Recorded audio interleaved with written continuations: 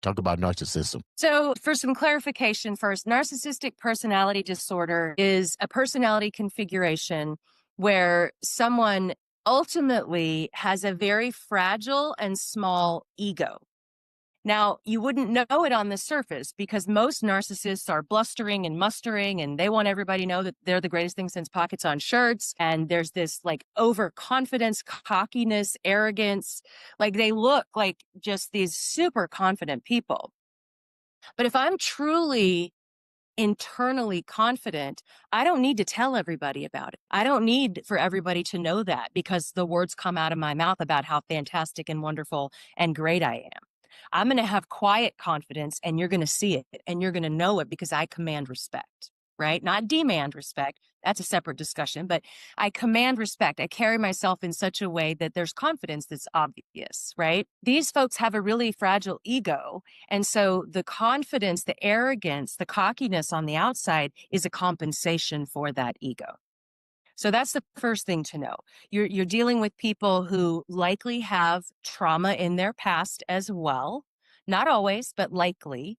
And they've developed this ego compensation method to help them not get lost in that, to help them rise above it, so they think. So what happens is a lot of times that sort of confidence and presence is very attractive to someone with BPD. They want someone who is intense like they are. They're drawn to that intensity. And so there's that connection. The other thing is people with NPD tend to be more logical and rational thinking. Their thinking isn't always rational, but they tend to be more logical and rational oriented and not necessarily emotionally oriented. So the person with NPD then can serve as the emotional container for the relationship. So the person with BPD is drawn to that person who can contain their emotion.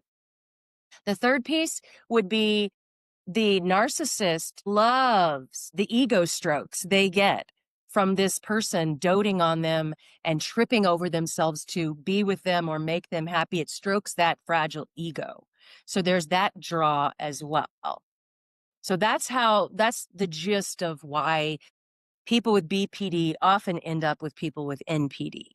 So in terms of treating it, that's where it gets really tricky. NPD, full-blown narcissistic personality disorder, is very difficult, if not impossible, to treat.